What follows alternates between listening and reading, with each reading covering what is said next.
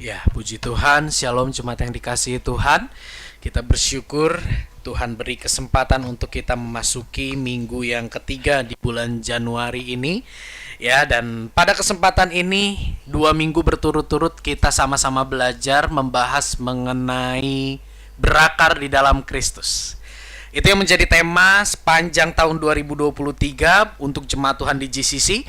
Dan kita sama-sama menangkap saudara, berakar di dalam Kristus. Saya tidak bosan-bosan mengingatkan, bukanlah langkah untuk menyempurnakan keselamatan yang Tuhan udah kasih, tapi berakar di dalam Kristus berbicara bagaimana kita mau terus diingatkan dari hari ke hari tentang kasih Tuhan yang sudah Tuhan berikan bagi kita. Dan kita akan memasuki tema bulanan dari bulan Januari di minggu ketiga ini sampai bulan Maret yang akan datang. Kita akan membahas satu tema, yaitu Miracle of the Bible. Mujizat di balik Alkitab, mujizat di balik firman Tuhan. Seperti di video teaser yang udah saya bagikan, saudara yang ada di Instagram GCC. Hampir setiap kita memiliki yang namanya Alkitab. Bahkan mungkin hari-hari ini kita rajin membangun sebuah kebiasaan baru, yaitu membaca dan merenungkan firman Tuhan. Ya, dan di bulan ini mungkin saudara memiliki banyak pertanyaan. Di tengah banyaknya agama, di tengah banyaknya kitab suci, kenapa sih kok Alkitab menjadi kebenaran yang harus kita percayai? Mungkin itu yang menjadi pertanyaannya. Beberapa tahun yang lalu, Bapak Ibu, ada seorang pemimpin pujian yang luar biasa dipakai Tuhan dari Australia mengumumkan sebuah pernyataan bahwa tidak ada alasan untuk dia beriman kepada Yesus, dan akhirnya dia meninggalkan Tuhan. Salah satu penyebabnya adalah di dalam dirinya ada pertanyaan, kenapa sih Alkitab itu menjadi kebenaran pokok, fondasi yang harus kita percayai? Hari ini kita akan membahas, saudara, mengenai mujizat di balik penulisan Alkitab. Saya akan mulai dengan sebuah kata yang sadar atau tidak kita semua miliki. Kata itu adalah worldview atau sudut pandang. Worldview berbicara tentang lensa, kacamata, atau cara kita memandang sesuatu yang ada di hadapan kita. Bapak Ibu, kita hidup di dunia yang sangat berusaha, sangat memberikan value-value, sudut pandang bagi kehidupan kita. Setelah manusia jatuh ke dalam dosa, manusia dilarang oleh Tuhan untuk makan buah dari pohon apa? Kehidupan. Sebelum manusia jatuh dalam dosa, mereka boleh makan dari buah pohon kehidupan. Tapi setelah mereka jatuh dalam dosa, mereka tidak boleh lagi makan buah pohon kehidupan. Ketika mereka tidak boleh lagi memakan buah pohon kehidupan, di dalam diri manusia akan selalu ada kekosongan. Manusia pikir itu bisa diisi dengan uang, manusia pikir itu bisa diisi dengan ketenaran, manusia pikir itu bisa diisi dengan kepintaran, prestasi, dan sebagainya. Tapi saudara harus diakui bahwa itu semua tidak bisa memuaskan manusia. Dan yang mengerikannya, saudara, dunia telah menjadikan harta, kekayaan, kenikmatan hidup, jabatan, prestasi, jenjang karir yang hebat itu menjadi satu value, satu nilai yang harus dikejar demi yang namanya keberhasilan, demi yang namanya hidup yang ideal. Itulah worldview yang hari-hari ini dunia tawarkan. Semakin hari semakin keras. Sebagai contoh, value itu, worldview itu ditanamkan kepada kita lewat apa? Lewat iklan-iklan yang ada, lewat tontonan-tontonan yang ada. Sekarang lebih dekat lagi dengan kita lewat media sosial. Orang mulai menilai, ya, kalau kita memiliki apa yang dunia pandang baik, maka kita akan berharga, dan ketika kita tidak memilikinya, kita akan merana. Ini semua berbicara tentang sudut pandang. Beberapa hal, saudara, worldview yang gencar ditularkan atau disuarakan oleh dunia buat kita hari ini adalah gini. Yuk kita percaya kepada kemampuan diri kita sendiri untuk mencapai apa yang dicita-citakan. Ya, sering didengar ya, apalagi di perusahaan-perusahaan, motivator memberi motivasi, pokoknya bisa. Ya, bahkan selamat pagi itu menjadi jadi slogan beberapa tahun yang lalu ketika di dalam sebuah pertemuan, mau siang mau malam, pokoknya harus selamat pagi. Supaya apa? Katanya supaya antusias. Ya, lalu apalagi follow your heart, ikuti apa yang menjadi keinginanmu, ikuti apa yang menjadi mimpimu. Ya, kalau saudara perhatikan lagu-lagu Disney itu banyak yang menceritakan bagaimana ayo bermimpilah yang banyak dan ikutilah mimpimu. Ayo, apa yang menjadi kesukaanmu, hidupilah itu. Yang kamu gak suka, tinggalin. Gak usah pedulin apa kata orang. Pokoknya kamu nyaman, kamu enjoy, hidupi itu. Tidak lagi mempedulikan apa yang benar dan salah menurut firman Tuhan. Lalu apalagi hari-hari ini kita sering mendengar, bahkan mungkin ini juga menjadi cita-cita kita, healing, saudara. Ya, banyak orang mengalami kayaknya dengan ribuan rutinitas, dengan panjangnya kegiatan yang dijalani. Wah, gua butuh healing nih. Ya, kayaknya mental health gua mulai terganggu gitu ya. Nah, apalagi flexing, pamer kekayaan, pamer pencapaian, mempertahankan harga diri, jangan mau ngalah, balas dendam, ketidaksetiaan. Bapak Ibu, setelah saya menikah dengan Ibu Gembala, ya, ada sebuah kebiasaan baru yang ternyata asik juga. Apa itu? Nonton Korea, ya. Nah, saya nggak nonton Korea semuanya, saya pilih-pilih aja. Dan ketika saya mempersiapkan firman Tuhan ini, saya ingat-ingat film-film yang saya tonton, Vincenzo, K2, apalagi kemarin Three Women, terus apalagi. Hampir semuanya yang saya suka itu bicara tentang balas dendam. Bicara tentang bagaimana aku disakiti dan aku mau menyakiti balik, bahkan lebih parah dari apa yang aku alami. Itu merupakan cara dunia menanamkan value. Akhirnya jika kita tidak waspada, maka balas dendam itu merupakan hal yang normal. Apalagi ketidaksetiaan, perceraian, Bapak Ibu. Ya, kalau Bapak Ibu masih menonton TV-TV lokal, ada satu TV lokal yang menceritakannya terus saja tentang ini. Tentang perceraian diulang-ulang lah, tentang suami selingkuh sama adiknya istri lah, tentang suami digoda oleh ibu mertua lah, dan sebagainya, Bapak Ibu, tentang ketidaksetiaan. Dan kalau kita tidak waspada, maka ketidaksetiaan terhadap pasangan ini bisa menjadi satu hal yang normal. Inilah worldview yang hari-hari ini ditawarkan, ditampilkan dunia bagi kita. Worldview ini berpotensi menjadi prioritas, pengejaran, dan berhala di dalam kehidupan kita. Kita lihat apa yang terjadi ketika worldview yang tadi saya sebutkan, yang dunia tawarkan itu masuk dan menguasai kehidupan kita. Itu menjadi pengejaran, itu menjadi prioritas, itu menjadi hal yang kita anggap wajar. Yang akan terjadi apa? Paulus katakan dalam 2 Korintus 4 ayat 3 sampai dengan ayat yang keempat. Kita lihat sama-sama, baca sama-sama ayat ini ya.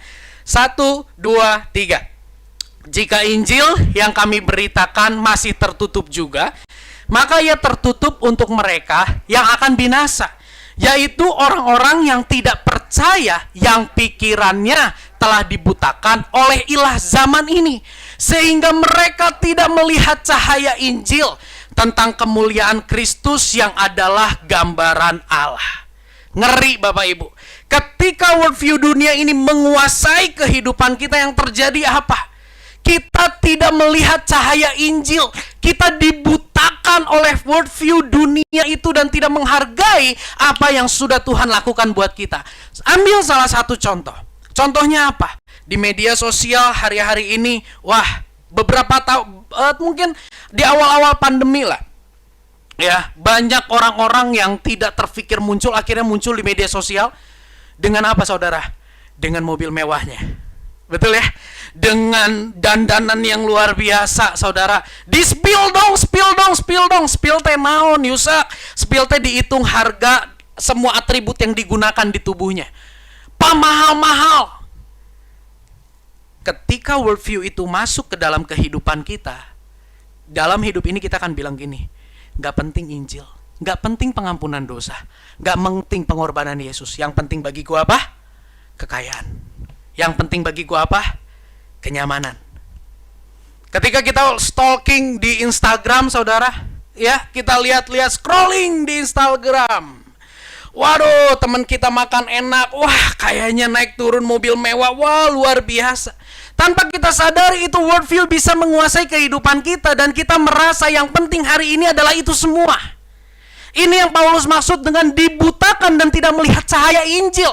Dibutakan dan tidak melihat bahwa Tuhan sudah memberi yang jauh lebih berharga dari semuanya itu, yaitu pengampunan dosa ketika kita masih berdosa. Kita lihat Yakobus 4 ayat yang keempat, penulis kedua ya tentang bagian ini, kita lihat sama-sama.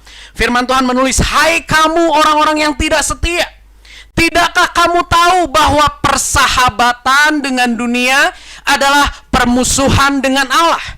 Jadi barang siapa hendak menjadi sahabat dunia ini, ia menjadikan dirinya musuh Allah." Apa sih maksud bersahabat dengan dunia? Bersahabat dengan dunia berbicara tentang bagaimana kita memakai worldview yang dunia tawarkan itu untuk memandang kehidupan ini, dan kita melupakan apa yang terpenting, yaitu pengampunan dosa yang telah Tuhan berikan bagi setiap kita.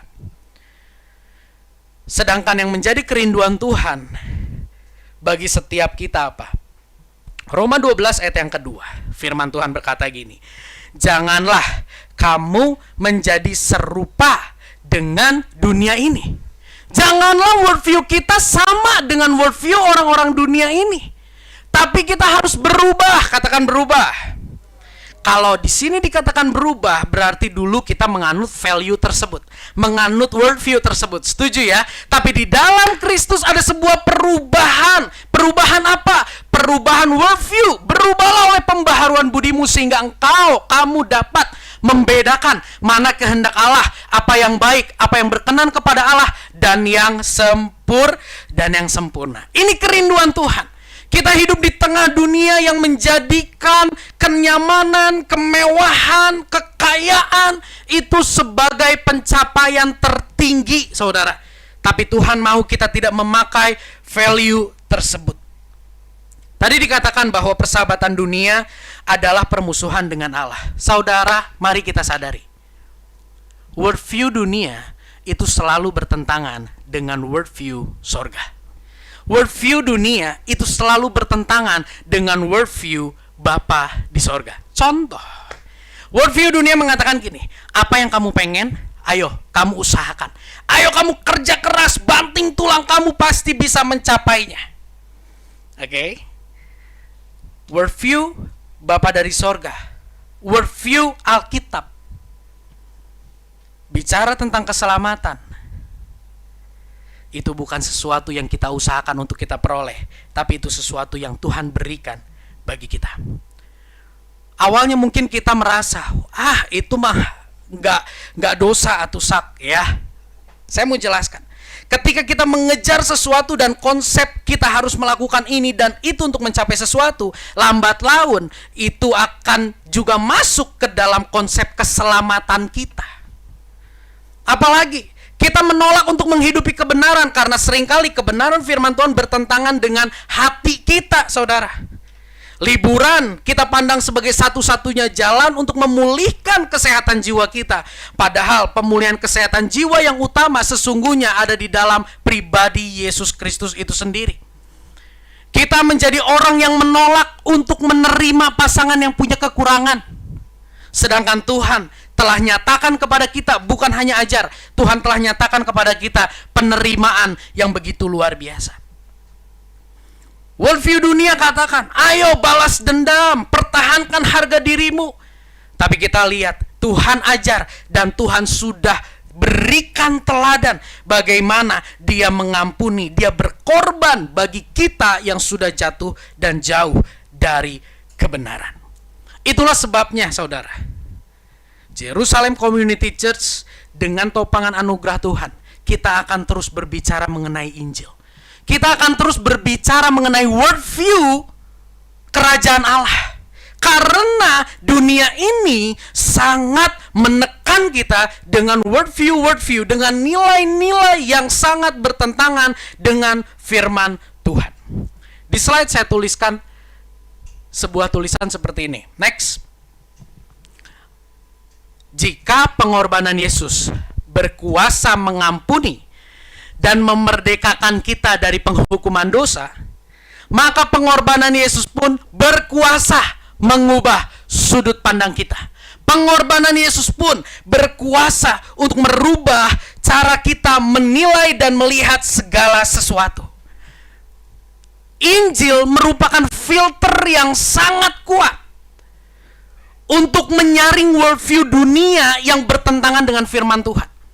Injil berkuasa bukan hanya mengampuni dan memerdekakan kita, tapi Injil berkuasa mengubahkan worldview, mengubahkan sudut pandang kita.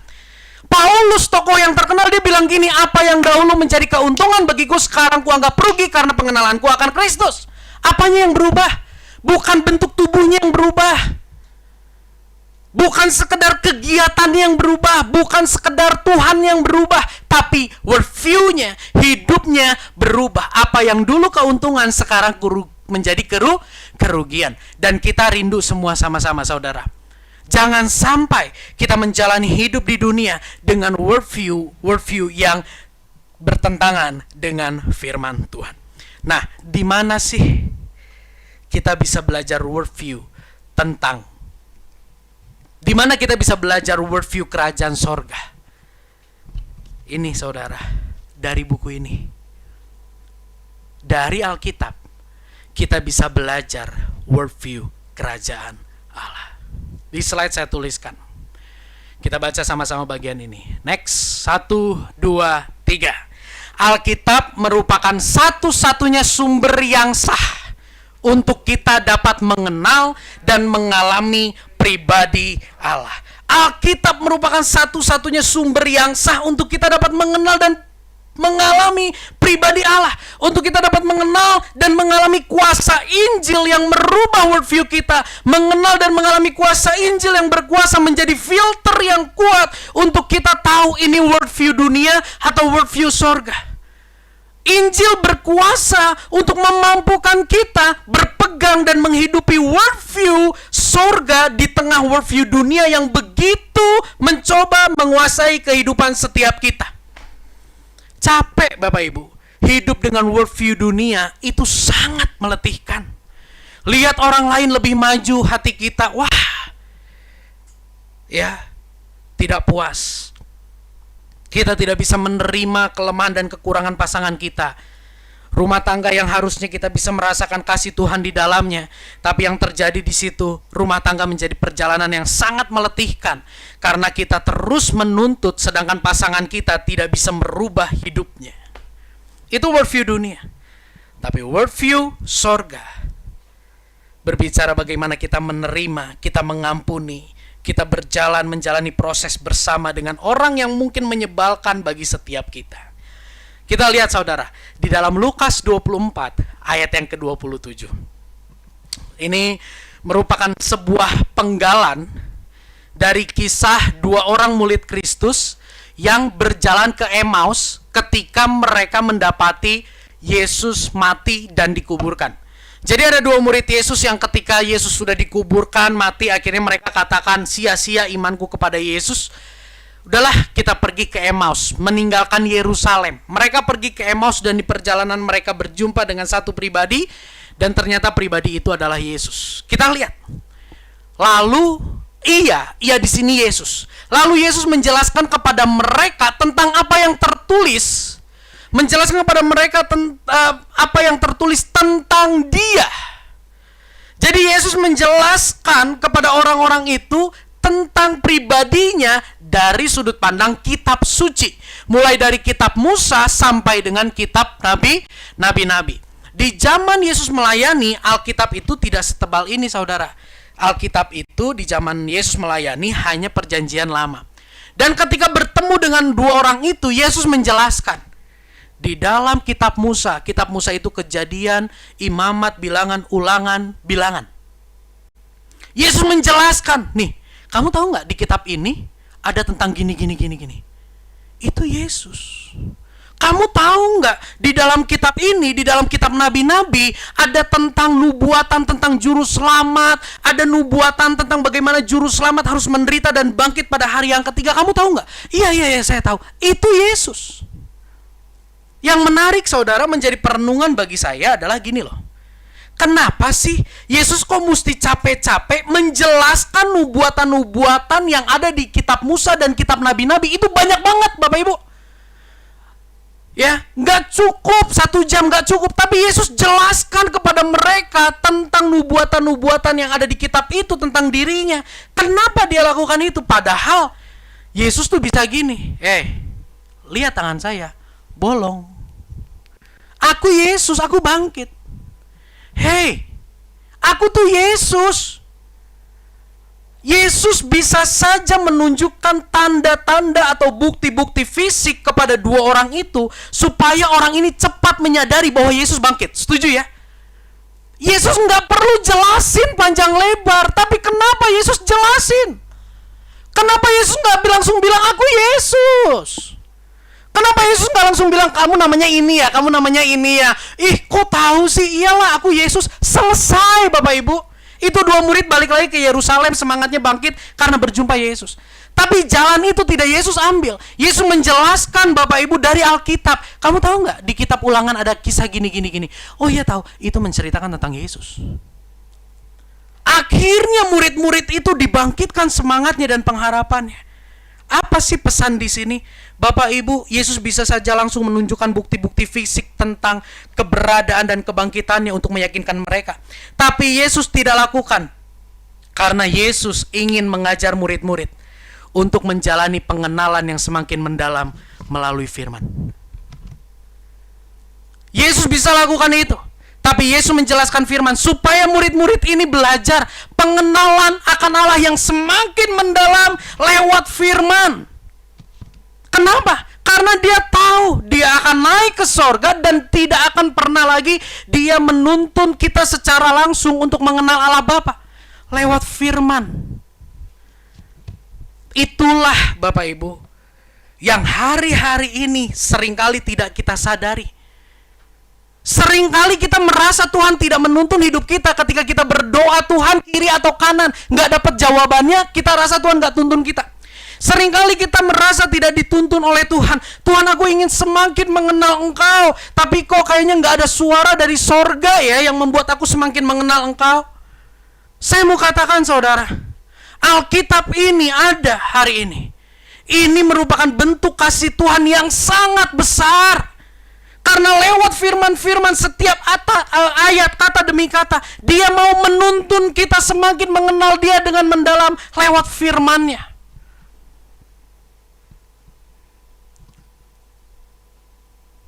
Miracle of the Bible. Kita mau lihat beberapa fakta tentang mujizat di balik keberadaan Alkitab ini. Next. Saudara, Alkitab ini merupakan buku terlaris yang dijual. Ya, buku terlaris di dunia. Alkitab ini sampai Oktober 2018 paling tidak sudah diterjemahkan dalam 683 bahasa. Versi Perjanjian Lama sampai Perjanjian Baru. 683 bahasa. Ini menunjukkan bahwa buku ini sangat dibutuhkan. Buku ini sangat bermanfaat bagi dunia. Sampai diterjemahkan sebanyak 683 bahasa. Dari PL sampai PB. Ada 1534 terjemahan versi Perjanjian Baru saja. Dan ada 3350 terjemahan yang menerjemahkan kitab per kitab. Yeremia diterjemahkan sendiri, ya. Matius diterjemahkan terpisah-pisah seperti itu. Ada 3350 terjemahan. Ini menunjukkan bahwa buku ini, bahwa Alkitab bukan sekedar buku biasa, tapi buku ini terdapat pesan kasih Allah yang begitu besar, mengubah hidup banyak orang, dicari oleh banyak orang. Namun di sisi lain, saudara, kalau saudara perhatikan, di dalam kitab Perjanjian Lama nanti Anda akan menemukan di dalam kitab Perjanjian Lama bagaimana ada orang-orang yang berusaha untuk memusnahkan ini. Alkitab pun merupakan buku yang paling diusahakan untuk dihancurkan, dimusnahkan. Tapi sampai hari ini Tuhan menjaga, karena ini merupakan tuntunan Tuhan bagi saya dan saudara. Next. Bapak Ibu, kalau kita beli buku, berapa sih jumlah pengarangnya? Ya, nggak banyak. Tapi Alkitab ini ditulis oleh 40 orang. Alkitab ini ditulis oleh 40 orang dengan background, ada yang nabi, ada yang raja, ada yang nelayan, ada pemungut cukai, ada orang kaya, ada orang miskin, ada penentang Yesus, ada politikus, ada dokter. Ya, artinya banyak sekali orang-orang dengan berbagai latar belakang. Tuhan pakai mereka untuk menjadi penulis Alkitab. Wow. Yang menarik gini Bapak Ibu, di sini ada berapa orang? Minggu lalu saya coba praktek sama anak-anak sekolah minggu. Ya, anak-anak sekolah minggu ada 4. Kita kasih kertas tuh satu-satu mereka tuh sama bolpen. Oke, sekarang dalam waktu 3 menit kalian tulis apa yang ada dalam hati kalian, apa yang ada dalam pikiran kalian, apa yang kalian mau tulis, kalian tulis. Ditulis Bapak Ibu, 1 anak, 2 anak, 3 anak, 4 anak. Alangkah terkejutnya saya Bapak Ibu, ketika itu dikumpulkan, nggak ada yang nyambung satu dengan yang lain. Ya, tapi Alkitab ini dalam kurun waktu 1500 tahun, 40 penulis dipilih Tuhan, ditetapkan Tuhan, dituntun oleh Roh Kudus menulis firman Tuhan. Mereka ada di tempat yang berbeda, mereka nggak punya email, nggak punya grup WhatsApp, nggak pernah nongkrong bareng sambil ngopi. Mungkin mereka pun tidak saling kenal satu dengan yang lain. Yang satu sudah meninggal, yang satu baru lahir, mungkin itu yang terjadi. Tapi di dalam kurun waktu 1500 tahun mereka menuliskan satu benang merah, dan benang merahnya sama. Baik di dalam perjanjian lama maupun perjanjian baru, benang merahnya sama, yaitu pribadi Yesus. Terdiri dari 66 kitab, 39 perjanjian lama dan 27 perjanjian baru. Ditulis dalam 3 bahasa, bahasa aslinya Aram, Ibrani, dan Yunani. Ditulis di 3 benua, saudara. Sangat mustahil mereka kongko, mereka ngobrol, akhirnya bisa menulis pesan yang sama. Ini hanya bisa terjadi ketika Roh Kudus menuntun mereka. Ditulis di 13 negara dalam kurun waktu 1500 tahun. Bapak Ibu, penulisan Alkitab ini dijaga oleh Tuhan. Selama 1500 tahun Tuhan menjaga penulisan Alkitab ini supaya tetap on the track, sesuai dengan isi hati Tuhan. Kenapa? Karena Tuhan tahu hari ini saya Yusak tidak melihat Yesus dan Yusak perlu mengenal Yesus, maka Alkitab itu ditulis. Karena hari ini ada setiap kita yang tidak berkesempatan untuk melihat Yesus secara fisik, namun Allah sangat rindu kita mengenal Dia, maka Dia berjaga 1500 tahun itu untuk orang-orang yang Tuhan pilih. Tuhan tetapkan menulis firman Tuhan, sehingga hari ini kita bisa melihat bagaimana ketika kita merenungkan firman Tuhan, membaca firman Tuhan, kita melihat satu benang merah, yaitu Yesus Kristus. Ada seorang yang pernah berkata gini, Bible itu kepanjangannya dari Basic Instruction Before Leaving Earth. Ada yang pernah dengar? Wah, Bible itu adalah apa? Basic Instruction Before Leaving Earth. Instruksi-instruksi dasar sebelum kita meninggalkan dunia. Saudara, saya mau katakan bahwa konsep tersebut tidak sepenuhnya tepat. Karena ketika kita memandang Bible ini adalah basic instruction, maka fokus dari Alkitab ini adalah pribadi kita. Ketika kita memandang Bible ini adalah basic instruction, maka yang menjadi fokus dari Alkitab ini adalah instruksi yang harus kita lakukan waktu demi waktu, langkah demi langkah, supaya kita bisa mencapai keselamatan. Saya mau katakan, fokus utama dari Alkitab ini berbicara tentang kasih, kebesaran, kemuliaan Allah yang sempurna bagi kita manusia yang berdosa. Kita baca bagian ini sama-sama. 1, 2, 3. Fokus utama dalam Alkitab bukanlah manusia berdosa, tetapi pribadi Allah yang maha kudus, maha agung, maha mulia, yang sangat mengasihi manusia berdosa. Fokus Alkitab tentang pribadi Allah yang maha kudus, tapi juga mengasihi manusia yang maha najis.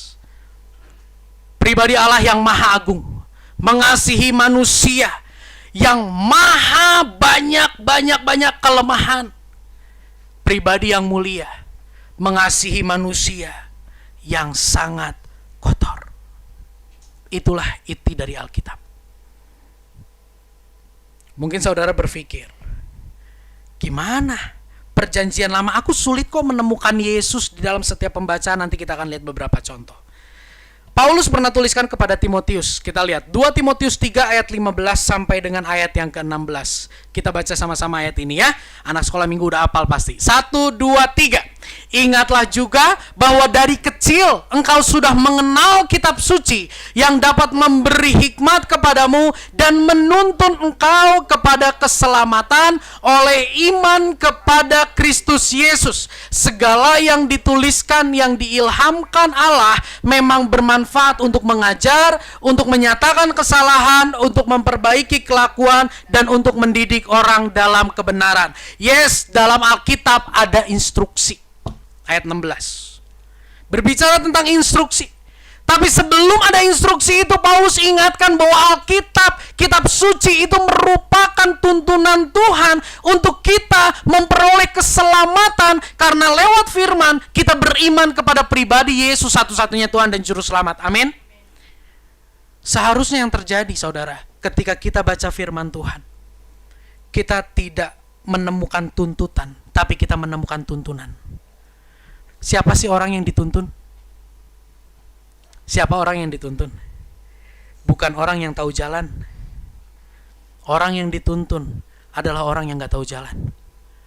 Siapa sih orang yang dituntun? Bukan orang yang bisa melihat, tapi orang buta yang dituntun. Siapa sih orang yang dituntun? Bukan orang yang tahu arah, tapi orang yang hilang arah. Merekalah yang dituntun. Worldview dunia itu sangat membuat kita buta terhadap Allah. Tapi lewat firman Tuhan, lewat worldview Bapa di sorga, kita dituntun untuk mengenal pribadi Yesus yang adalah terang, yang adalah juru selamat satu-satunya bagi kehidupan setiap kita. Next, di slide saya tuliskan, Yesus menjadi tema sentral dari Alkitab. Ya, hari-hari ini beberapa di antara kita, puji Tuhan dan terus semangat saudara, kita bersama keluarga kita membaca satu hari ada 4 pasal, Kejadian, Matius, hari-hari ini Mazmur dan Amsal. Di sini saya mencoba untuk membuka beberapa contoh aja. Bagaimana di kitab Kejadian itu juga menceritakan Yesus. Yang pertama, tentunya kita udah baca tentang pencobaan ya yang dialami oleh Adam dan Hawa ketika ular menggoda mereka. Apa yang terjadi? Di dalam Kejadian 3 kita tahu ketika digoda manusia jatuh. Apa yang Bapak Ibu baca di dalam Matius 4? Ada yang ingat? Coba buka Alkitabnya. Matius 4 itu tentang apa? Judulnya aja. Apa? Abel? Matius 4 tentang apa judulnya? Judul perikopnya tentang apa Pak Yusuf? Udah dapat Pak Yusuf? Pencobaan di padang gurun. Adam dicobai, terjatuh. Tapi Allah menuntun kita untuk melihat pribadi yang juga dicobai, tapi tidak terjatuh. Siapa itu? Yesus. Ada hubungannya? Dapat. Yang kedua, tentang Kejadian 3 ayat 15. Tolong ditampilkan. Kejadian 3 ayat 15 di online mungkin gak ada. Boleh Bapak Ibu di rumah buka Alkitabnya. Kejadian 3 ayat 15 ini menceritakan tentang gini loh. Aku akan mengadakan permusuhan antara engkau ular dan perempuan ini. Antara keturunan ular dengan keturunannya. Keturunannya akan meremukkan kepalamu dan engkau akan meremukkan tumitnya.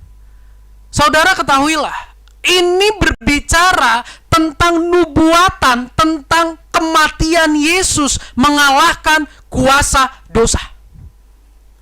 2 titik Yesus dipaku, di tangan dan di kaki. Berapa waktu lalu kita sudah membahas, kaki Yesus itu bukan begini Bapak Ibu dipakunya, tapi disilang begini, lalu di sini dipaku. Tumitnya remuk. Yesus menubuatkan bahwa keturunan anak manusia, keturunan perempuan akan menghancurkan kepala lambang dari kekuasaan. Akan menghancurkan kuasa dosa. Dan kuasa dosa akan menghancurkan tumit Yesus. Lewat apa? Penyalipan. Kejadian 3 ayat 15 menceritakan bagaimana proses Yesus mengalami penyalipan. Yang ketiga, Nuh, saudara. Kejadian 6 ayat 8 sampai 9, tentunya kita udah pernah baca ya. Dalam Kejadian 6 ayat 8 sampai 9, Tuhan berkata gini, Nuh adalah pribadi yang memperoleh kasih karunia Tuhan. Nuh adalah pribadi yang diperkenan Tuhan. Dia orang benar, dia tidak bercela, orang yang punya hubungan bergaul dengan Allah di tengah dunia yang saat itu menolak Allah, di tengah dunia yang saat itu punya kecenderungan hatinya melakukan kejahatan. Tapi ada satu orang bernama Nuh dapat kasih karunia di mata Tuhan. Oke, dia benar, tidak hidup seperti orang-orang lain di zamannya, dan dia bergaul dengan Allah. Saudara tahu, Nuh ini menceritakan siapa? Kita lihat. Matius 3 ayat 17 dulu. Matius 3 ayat 17. Kita lihat. Matius 3 ayat 17, kita baca sama-sama. 1, 2, 3. Lalu terdengarlah suara dari sorga yang mengatakan, inilah anakku yang kukasih, kepadanya lah aku berkenan. Yesus hadir memperoleh kasih karunia Tuhan. Yesus hadir hidup tidak bercela, tidak seperti orang sezamannya. Yesus hadir memiliki kedekatan, keintiman dengan Allah. Nuh adalah gambaran Yesus yang akan datang. Itulah yang saya maksud. Alkitab sekalipun di perjanjian lama itu menuntun kita untuk mengenal pribadi Yesus yang akan datang. Matius 1:21. Nuh, Bapak Ibu kalau perhatikan Nuh ini dipercaya oleh Tuhan membawa sebuah kehidupan yang baru. Betul ya? Semua sejamannya meninggal dunia, Nuh ini diperintah sama Tuhan bikin bahtera. Akhirnya kita ini menjadi keturunan Nuh. Setuju ya? Nuh membawa kehidupan yang baru. Yesus datang, mati disalib, membawa kehidupan yang baru buat saya dan saudara. Yesus datang, disalib, membawa kehidupan yang baru, merubah worldview kita, merubah kehidupan kita. Nuh beroleh kasih karunia Tuhan di hadapan Allah. Ia dimampukan hidup seperti yang Allah rindukan. Ia ditetapkan untuk mendatangkan kehidupan yang baru bagi manusia. Yesus juga sama. Yesus ditetapkan Allah. Hidup seperti yang Allah rindukan. Ditetapkan Allah untuk membawa kehidupan yang baru bagi manusia. Contoh yang terakhir. Siapa? Abraham. Oke? Tentunya Bapak Ibu ingat, satu kejadian yang sangat mencolok dari Abraham adalah ketika dia harus mempersembahkan siapa? Ishak anaknya. Oke? Persembahkanlah Ishak di atas gunung. Abraham datang ke atas gunung bersama Ishak. Taruh Ishak di atas mezbah. Yohanes 3 ayat 16 bilang apa? Karena begitu besar. Oke, Abraham dibuka dulu, lihat. Ambillah anakmu yang apa? Anakmu yang tunggal. Yohanes 3 ayat 16 bilang apa? Yohanes 3 ayat 16, kita sudah tahu ayat ini. Karena begitu besar kasih Allah akan dunia ini, sehingga ia mengaruniakan anaknya yang tunggal. Kejadian Abraham mau persembahkan Ishak itu menggambarkan bagaimana di kemudian hari, ribuan tahun berikutnya, Allah mengorbankan Yesus Kristus supaya kita semua yang berdosa beroleh pengampunan dosa. Abraham mengorbankan Ishak, Allah Bapa mengorbankan Yesus. Saudara bisa melihat keterkaitan yang mulai dari perjanjian lama, dari kitab Kejadian. Kita bisa melihat Musa merupakan gambaran Yesus yang akan datang. Yusuf yang dihina, yang direndahkan, yang dibuang, namun memiliki hati yang besar untuk merangkul saudara-saudara yang sudah menyakiti dia. Itu melambangkan kehadiran Yesus di kemudian hari. Daud itu melambangkan Yesus di kemudian hari. Lewat tokoh-tokoh Alkitab nanti Bapak Ibu baca terus bersama keluarga. Saya berdoa anugerah Tuhan menopang dan memampukan kita. Akan berjumpa dengan tokoh-tokoh hebat. Saya mau bilang saudara, jangan berhenti di titik itu, tapi renungkan apa keterkaitannya dengan pribadi Yesus. Bagian yang paling terakhir. Lewat firman Tuhan ini, apa sih implikasinya buat saya dan saudara? Yang pertama, saudara, di awal tadi saya jelaskan bagaimana worldview dunia itu sangat berbahaya dan menekan kita hari-hari ini. Untuk itu saya mau katakan, saya dan saudara, kita memerlukan Injil yang merupakan berita yang sangat penting. Injil berbicara tentang apa yang Allah lakukan bagi kita.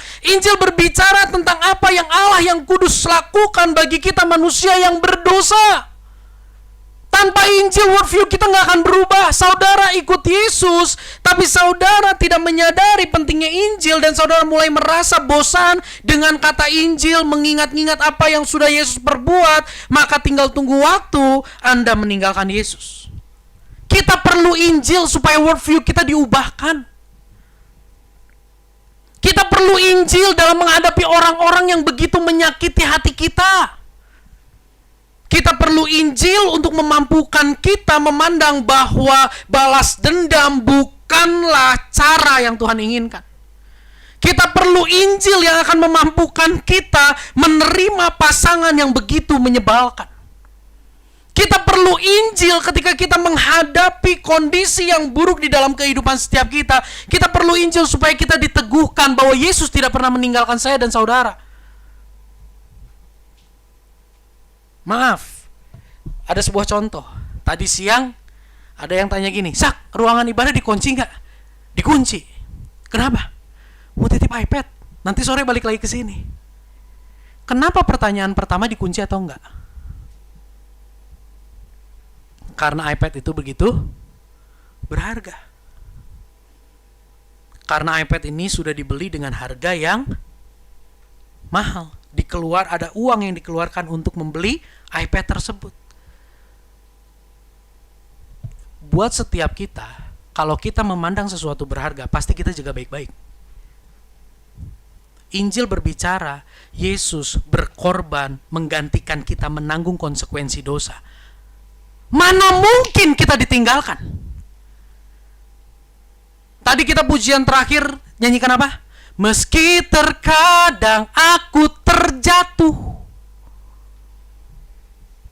tak pernah lelah kau hampiriku, membentakku, menghakimiku, betapa najisnya hidupku. Gitu lagunya? Bukan. Meski terkadang aku terjatuh, aku kotor, aku najis, tapi engkau tak pernah lelah menghampiriku. Dipeluk, saudara. Itulah Injil. Kita perlu Injil setiap hari. Saya berdoa kita melihat Yesus lewat setiap pembacaan firman yang kita lakukan. Karena dunia ini begitu mengerikan, saudara. Yang kedua, ketika kita tahu bahwa kita perlu Injil. Kalau Bapak Ibu berdoa setiap hari sebelum baca firman, masukkan doa ini dalam kehidupan, dalam doa Bapak Ibu. Minta Roh Kudus, tolong supaya saya bisa menemukan dan terkagum akan pribadi Yesus melalui pembacaan firman yang sebentar aku lakukan bersama anak, istri, dan keluargaku. Karena tanpa Roh Kudus kita hanya membaca ini sebagai tulisan, rangkaian tulisan.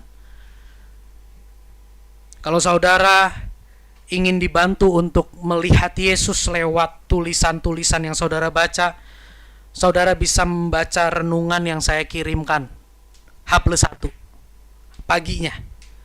Saya berbicara tentang apa sih yang bisa kita pelajari dan keterkaitannya dengan Yesus.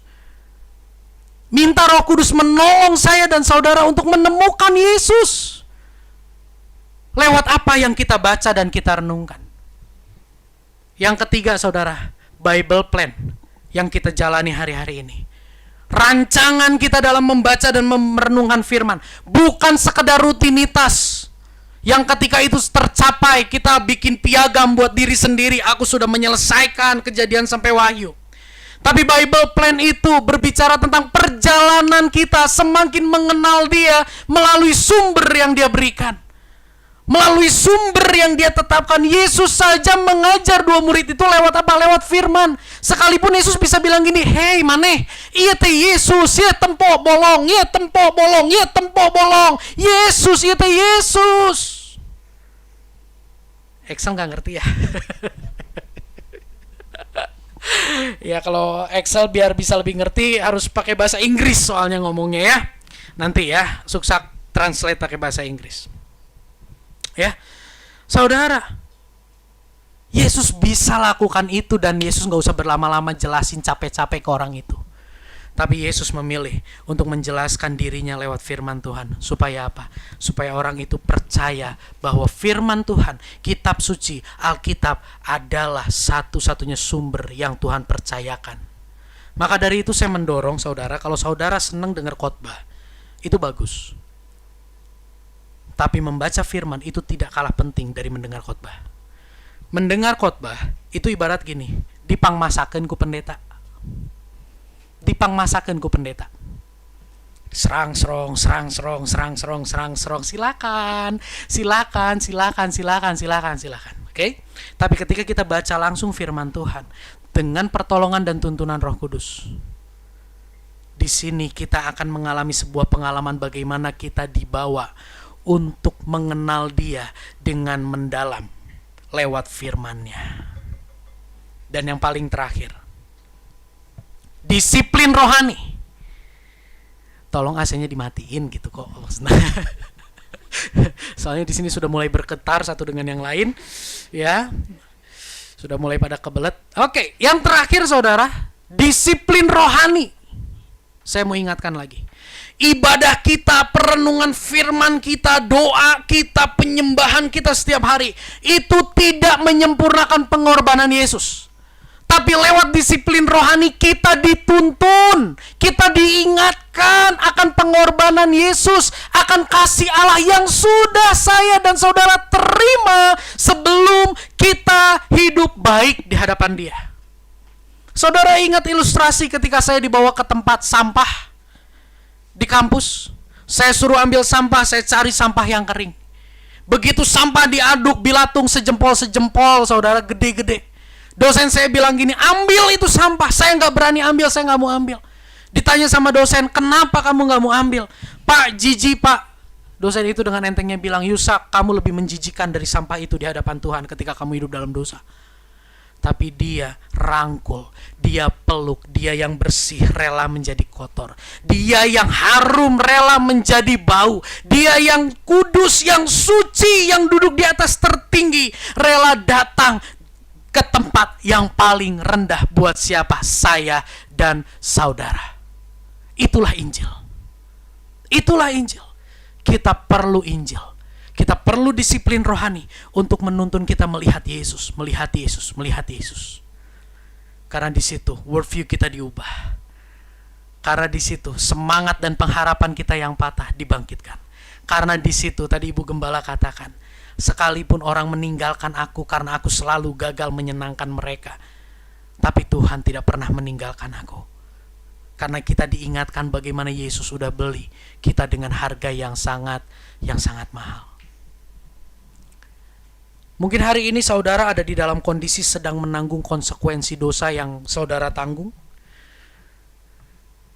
Mungkin hari ini saudara merasa, yes, memang aku tidak layak diampuni karena sudah terlalu mengecewakan anak, pasangan.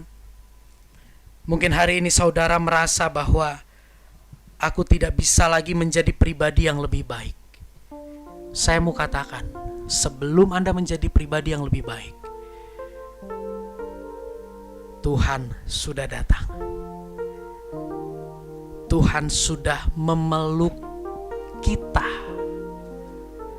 Dia tahu kesalahan kita, tapi Dia memiliki kasih yang jauh lebih besar. Dia Allah yang adil. Dia tidak mencabut penghukuman, tapi Dia adalah Allah yang kasih, sehingga Dia menggantikan penghukuman yang harusnya saya dan saudara tanggung. Miracle of the Bible. Kita akan belajar bagaimana firman Tuhan ini menuntun kita mengenal pribadi Yesus yang mungkin hari ini kita tidak lihat.